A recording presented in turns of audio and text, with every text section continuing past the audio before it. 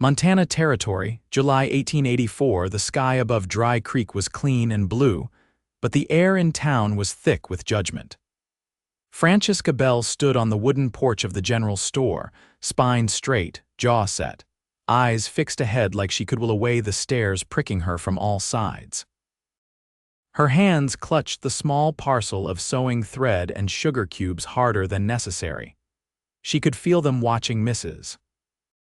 Dillard whispering behind her parasol, the preacher's wife narrowing her eyes from across the dusty street, even old Tom Whitby pretending not to listen while sweeping his front step for the third time that morning. Francesca knew the whispers before they were spoken. She was seen with him again, 3 times this month. She's not even a widow, just a woman who could not keep her man. They did not know the truth, not really, but in Dry Creek, truth mattered less than appearances. And 2 years after her husband rode off with a saloon girl and left her alone with a 5-year-old son, appearances were all anyone cared about. "Ma," came a small voice beside her. Francesca looked down. Jonah's brown eyes looked up at her, his cheeks smudged with dust. He was 7 now, all knees and elbows, far too quiet for a boy that age. She forced a smile. "We're going home now, darling." They stepped down off the porch, the heat rising from the earth, Jonah clutching her skirt as they walked towards the edge of town. She could hear the murmurs behind her. "She always did. She's desperate, thinking any man would take her now. That child too." She bit hard on her tongue and kept walking. The Bell homestead sat 3 miles out, a small clapboard house her father had built before he passed. It was clean, quiet, and too empty. Every time she looked at Jonah playing in the yard alone, her chest tightened. He had no father, no friends, and now the town barely looked at them without sneering. She had just set the kettle on when a knock sounded at the door. Jonah jumped up from his stool. "I'll get it." She wiped her hands on her apron and turned only to freeze when she saw who stood there. Victor Rawley, the ranch hand from the McAllen spread. He was tall, broad-shouldered, with sun-browned skin and a jaw that always looked like it had forgotten how to smile, though his eyes were kind. He had helped her once last winter when her wagon wheel cracked outside town. No words, just fixed it and nodded before riding on. Since then she had seen him now and again in town or near the stream, always alone, always quiet. "Afternoon," he said, hat in hand. "Victor," she answered, caught between surprise and curiosity.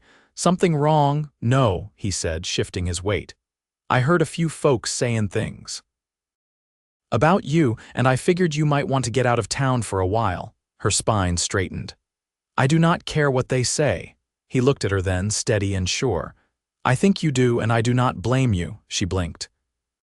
"Why would you care?" He hesitated, then looked past her to Jonah, who was watching from the table. "You need peace," he said, "and they are not going to give it to you here." Francesca crossed her arms. "Even if that's true, where would I go?" Victor cleared his throat, then reached into his coat pocket. He pulled out a small, faded leather pouch. From it he took a thin silver ring, plain but polished. "My mother's," he said. "It's all I have." "But if you wear it, they will stop talking." She stared at the ring. "You want me to lie?" she asked, voice soft. "No," he said. "I want you to come with me. There's a cabin west of here, near the river. It belongs to my uncle, but I take care of it now. You and Jonah can stay there. If you wear this, they won't ask questions. They will think we married. That will shut them up." Francesca's breath caught. "Why would you do that? We hardly know each other." He met her eyes then, and for the first time she saw something behind the calm, something quiet and real. "Because I know what it's like to want to disappear from people who do not know you," he said. "And because I have been watching you, not in a bad way, just watching. You're strong, you take care of your boy, you do not deserve what they're doing to you." Silence stretched between them. Jonah's voice broke it. "Can I bring my books if we go?" Francesca blinked, then looked at her son, then back at Victor.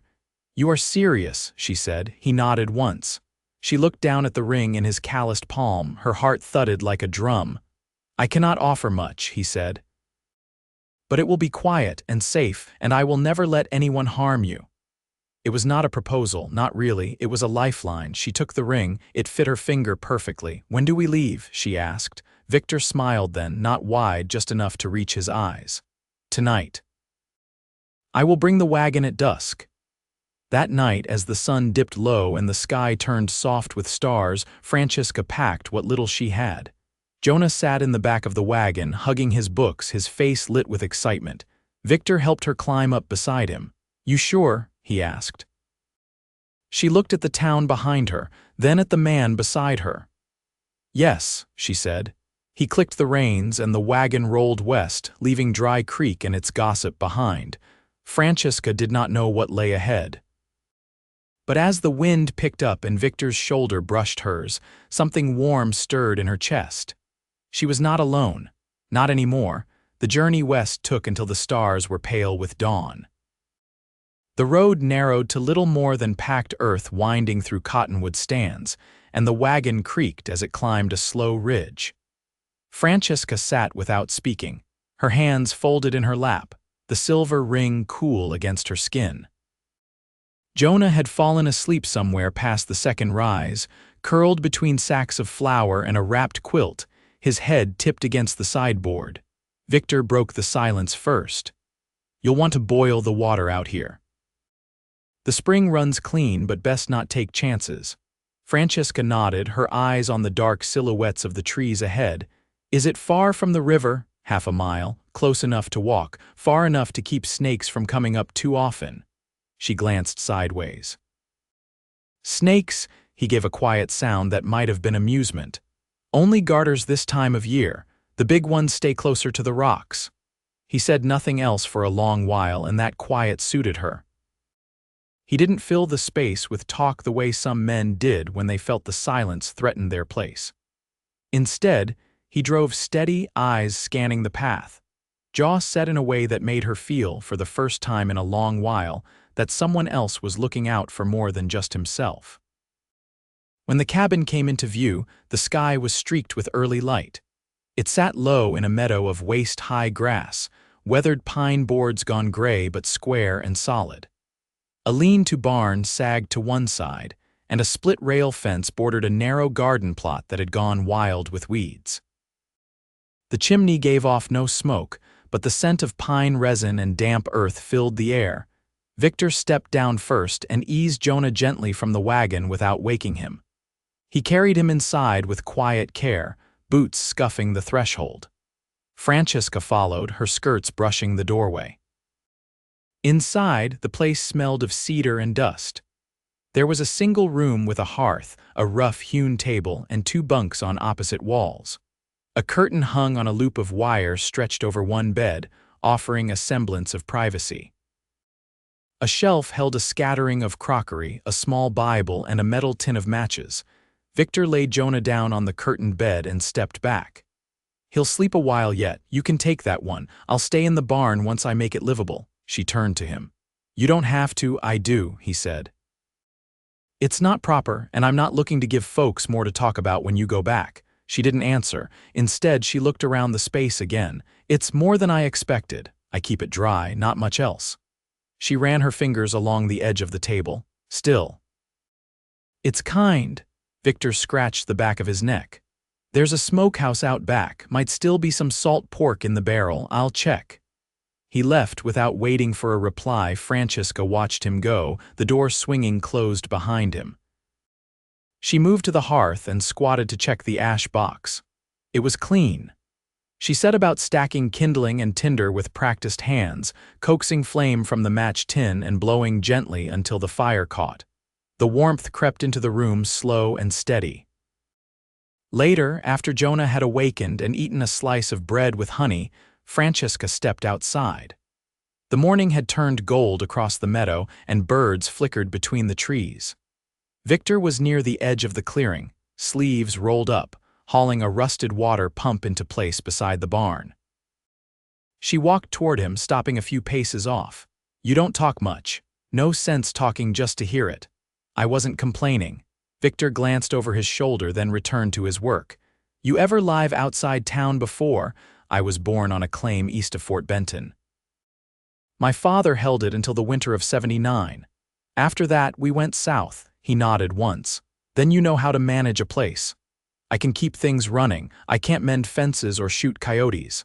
I'll handle those. She lowered her gaze. Why do this for me? He didn't answer right away. The pump dropped into place with a dull clang. My older brother married young, he said finally. His wife was shy. Town folk didn't take to her. She stopped going in after a while. Folks said things. He didn't stop them. Just let her carry it. Francesca watched him tighten the bolts with deliberate movements. She died of a fever one spring, he said. I never forgot how tired she looked, like the world was something she had to survive, not live in. Francesca's throat tightened. I don't like seeing that in someone's face again. She stepped closer. You're not obligated to fix what someone else broke. I'm not, he agreed, but I can offer quiet, that's something. Jonah called from the cabin door then, asking about the books Victor had helped him carry. Francesca turned, but Victor spoke one last time before she left. You don't owe me anything, Francesca, not gratitude, not company, just take what you need, that's enough. She nodded once. That night, after Jonah fell asleep with his boots still on and the fire had burned low, Francesca sat alone at the table. The silver ring caught the firelight, and for the first time in weeks, the hush around her felt like safety instead of exile. She didn't know what would come next. But she didn't dread tomorrow. And that was new. The wind changed the third day, bringing cooler air off the ridgeline and the sharp scent of sagebrush cut open by hooves. Francesca stood at the edge of the garden plot with her skirts pinned at the knees, pulling up handfuls of creeping thistle with raw palms and a focused frown. Jonah was nearby, crouched in the dirt with a tin pail, sorting stones from soil with the patience only children seem to have. Victor had spent the morning repairing the broken gate hinge. She could hear the rhythm of his hammer, steady and unhurried, from the far side of the barn. He hadn't said much since breakfast, but she could read the quiet shift in him, more ease in his shoulders, less distance in how he looked at her across the table. She tossed another clump of weeds onto the pile and straightened, brushing the back of her hand over her brow. Her eyes followed the tree line where sunlight pierced through the cottonwoods, and for a moment she let herself feel the stillness. There was no one watching her here. No whispers, no turned backs. Just the sound of Jonah humming and the occasional call of a hawk riding the wind. A door creaked behind her. She turned to find Victor approaching with a coil of rope slung over one shoulder and a strip of jerky in his hand. You ever break a horse? He asked, pausing a few feet away. No, she said, breath still catching from the work. My father traded mules. We didn't keep animals long. Victor nodded and offered the jerky. She took it without hesitation. There's a young mare up near the creek. Belongs to McAllen, likely wandered off. If I can catch her, I'll keep her here until they come looking. Francesca chewed slowly. You think they'll come up this far? They've got a new foreman, keeps better track of stock than the last one did. She watched him finish tying the rope into a halter, fingers deft and sure. You ever think about leaving this place? She asked, eyes still on his hands. I did once, he said. After my uncle passed, thought I might head to Helena, maybe further. What stopped you? He looked up then, not answering right away. Didn't see the sense in starting over just to be another stranger in a different place. She dropped her gaze. That's how I feel most days. Like I could disappear and no one would miss me. Victor stepped closer, his voice quiet. Jonah would. She looked up sharply, her eyes meeting his. I know. He reached into his coat pocket and pulled out a folded scrap of paper. Found this in the barn, list of provisions. Half of it's spoiled or missing. She took the paper, eyes scanning the faded ink. We'll need flour, lye, maybe some dried beans. I'll ride into town tomorrow. Her fingers tightened on the list. You think it's safe for you to be seen with my name on your tongue? They already think we're married. His voice was calm. I'll get what we need. And if anyone has something to say, they won't say it to me. She studied him, the lines at the corners of his eyes, the way he stood like he'd faced worse than words. You've been in fights, once or twice, but you don't start them. No, she folded the list and handed it back. Get Jonah some ink and paper, he's been asking. Victor took the note and nodded. He's a smart one. He reads better than I did at twice his age. You taught him, she nodded. Every night since he was 4. Victor looked toward the cabin. That's something. She crossed her arms, feeling the sun warm her back. You always this quiet around women. Only the ones I don't want to scare off. A laugh caught in her throat before she could stop it. She looked away, startled by how easily it came. He didn't push or draw attention to it, just turned toward the trees and adjusted the rope on his shoulder. I'll be back before sundown, he said. She watched him go, his stride long and steady through the grass. Jonah ran past her with a fistful of pebbles, shouting something about a lizard tail he'd seen. She knelt beside him and let him tell the story twice through without interrupting. Later, after the sun dipped low and the wind softened, she sat on the step of the cabin and waited. Jonah had fallen asleep with his cheek pressed to the windowsill, the pages of a book fanned open beneath his hand. The fire burned low inside. She saw Victor before she heard him, his silhouette cresting the far hill, a sack slung over one shoulder, a small bundle tucked under his arm. He reached her with dust on his boots and a look in his eyes she hadn't seen before. He handed her the bundle first.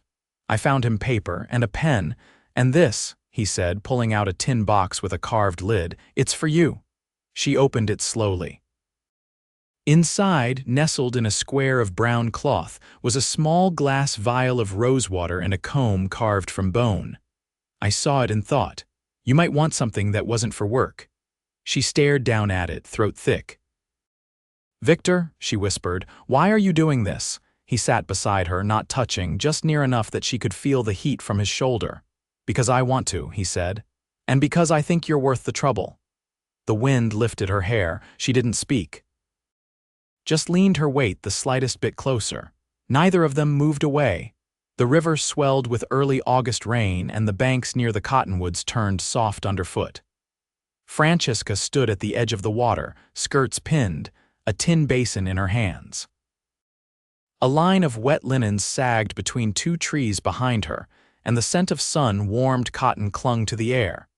She dipped the basin, filled it, and turned back toward the cabin, her boots sinking slightly in the mud. Victor had been gone since early morning. A neighbor, a Norwegian widow named Mrs. Stenmark, had sent word by rider that one of her heifers had slipped into a ravine. He hadn't hesitated, just saddled his gelding and said he'd be back before nightfall. Francesca hadn't asked more. She'd simply nodded and tied a scarf around Jonah's collar as he helped pack the saddlebag. Now, with the sun angling through the trees and her arms aching from the wash, she set the basin down and wiped her palms on her apron. Jonah sat cross-legged nearby with the new paper, his tongue pressed to one corner of his mouth as he traced letters carefully, copying Latin words from the back of an old book Victor had found in the cabin's loft. You're leaning too hard on the pencil, she said, watching him. He didn't look up. It makes the marks darker and breaks the point faster. He adjusted his grip slightly, then frowned. What's Bellum mean? She hesitated. War. He looked up at her, eyes thoughtful. Did we have one? We did, she said, stepping toward the line to gather the last of the drying cloth. Before you were born, did we win? No one really did. Jonah went quiet, returning to his page with smaller strokes. By the time the sun dropped lower, the wind shifted again, carrying the sound of hooves up through the trees. Francesca dried her hands on the hem of her skirt and stepped to the edge of the clearing. Victor rode into view slowly, one sleeve torn and a long scrape down his forearm. His hat was dusted with pine needles, and he rode without urgency, reins slack. She didn't ask what happened. She didn't need to. Did the cow live? She said as he dismounted. He nodded, wincing slightly as he tied off the reins. Bruised, not broken. Took 4 of us to pull her free. Your arm caught a branch on the climb back up. Nothing deep. He let her lead him to the stoop, where she brought out a basin and linen strip from the cupboard. He said nothing as she cleaned the scrape, only watched the trees, his jaw tight. She didn't press. When she tied off the cloth, he glanced at her hand. You've done that before. My father was too proud to go to the doctor. I learned quick, he flexed his fingers. You could have left town another way, got on a train, gone east. I didn't want to go east. Why not? She leaned back on her heels. Because I'd be alone there too. Just in a place that didn't know my name. Victor's gaze lingered on her, quiet. You're not alone now, I know, she said. He looked toward the cabin. Jonah's a good boy, he is. Would it be all right, he said, voice lower, if I sat with you tonight after he's in bed? Just to talk a while, she nodded once. Yes, I'd like that. That evening, after Jonah had fallen asleep reading by lamplight, Francesca stepped outside with a cup of coffee and sat on the bench beneath the eaves. Victor joined her, arms resting on his knees, the bandage clean against the dark of his shirt. She handed him the cup. It's bitter. I don't mind. They sat without speaking for several minutes. Crickets sang in the grass and the moon cast a pale path across the meadow. The cabin behind them breathed soft with the sounds of wood and sleep. Victor finally broke the silence. My father used to say some people are like mules, stubborn, slow to trust, but they'll carry what needs carrying. She turned slightly toward him. And you, I carry what I choose. Not what's forced on me. She studied the lines of his profile, the way his eyes stayed on the horizon. You chose this, she said quietly. I did. Her voice barely rose above the hush of the wind. Are you glad you did? He looked at her then, fully. Yes. I am. She held his gaze, something easing inside her chest. So am I. Neither of them moved to go inside. The night stretched long ahead, but it no longer felt like something to endure. They sat there until the fireflies faded and the sky began to pale again with the first hint of morning. The first frost came early that year. It crept in overnight, laying a pale film over the grass and turning the thin edges of the cabin window panes to lace.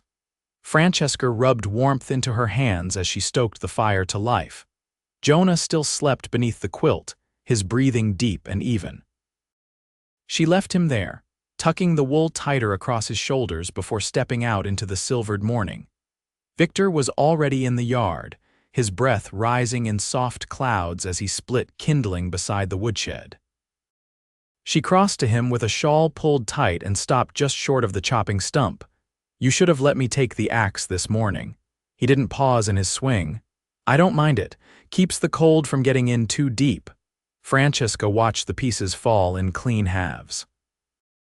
You sleep at all, some. Heard a coyote near the grazing fence, stayed out a while to see if it would try. She crouched to gather split wood into her arms. I can take Jonah today down by the river. There's wild onion root he's been asking about. Victor wiped his hand on his trousers, then reached to take half the pile from her arms. He's starting to ask more questions. He's always asked questions. These are different. Wants to know why we don't go into town. Why no one visits. She didn't answer right away. The fire popped behind them and the cold pressed in under her collar. He's old enough to know some of it, she said finally. Not all. Not yet. Victor nodded and they walked back toward the cabin, shoulder to shoulder, wood balanced between them. By midday, Jonah had filled his sack with the last of the green shoots, his boots damp and muddy, his cheeks pink from the wind. Francesca leaned against a tree trunk nearby, her knees drawn up, watching him rinse his hands in the shallow stream. You're not just staying because of the gossip, are you? Jonah asked suddenly, still crouched. She blinked. What do you mean, you like him? She looked at her son. What makes you say that? You never laugh like that around anyone else. She smiled, but the expression reached deeper than amusement. I suppose I do. Jonah stood and came to sit beside her. Is it like when Pa left? No, she said, voice steady. This is nothing like that, he nodded. Good. They walked back together in silence, the kind that felt full instead of empty. That night, Victor returned from checking the trap lines with a brace of rabbits and a bottle of blackberry wine given as thanks by one of the homesteaders downriver. Francesca stood at the hearth, stirring a pot of stew, the scent of thyme rising with the steam. He set the bottle on the table. She said it was too sweet for her taste, thought you might like it. Francesca turned, wiping her hands. I haven't had wine in years. Then it's time. They ate late after Jonah had fallen asleep reading by the firelight. Francesca poured 2 tin cups and passed one across the table. Victor took it with a quiet nod. "You ever think about what comes next?" she asked. He held the cup near his mouth. "Sometimes." And he took a sip, then met her eyes. "I want you to stay, not just through the winter, for good." She didn't look away. "I was hoping you'd say that." His voice didn't rise, but the words came with weight. "Then marry me, Francesca." "Not for the town, not for the name, for us." She set her cup down and leaned forward, her hand finding his. "Yes, I will." He let out a breath. "I don't have much. You've given me more than anyone ever has." "That's enough." They sat there, fingers twined, the fire casting soft gold over the room. The wedding came quietly. Mrs. Stenmark brought wildflowers and a borrowed Bible. Jonah wore a clean shirt and combed his hair 3 times, fidgeting all the while. Victor stood tall in a pressed wool coat, his eyes never leaving Francesca's as she stepped across the yard with her hand tucked into her son's. They said vows under the cottonwoods, the river murmuring behind them. No crowd, no music, just the sound of wind in the grass and the simple, steady promise of 2 people who had come through enough to know what mattered. After, Francesca and Victor stood watching Jonah race after a wind-blown ribbon, his laughter echoing across the clearing. Victor turned to her. "We'll build him a room off the back come spring. He's outgrowing that cot." She brushed a hand along his sleeve. "We'll plant tomatoes, too, and maybe figs if we can keep the deer out." He leaned in, his forehead resting gently against hers.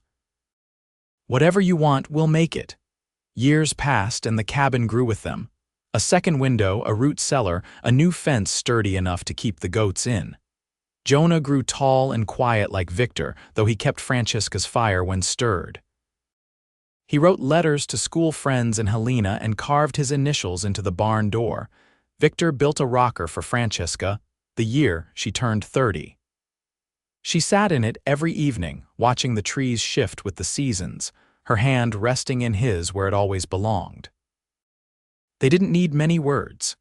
They had the land, the boy, the long days full of purpose and the long nights full of peace, and always they had each other. No bitterness remained. No shadows from the life before, only warmth, hard-earned and lasting, only love.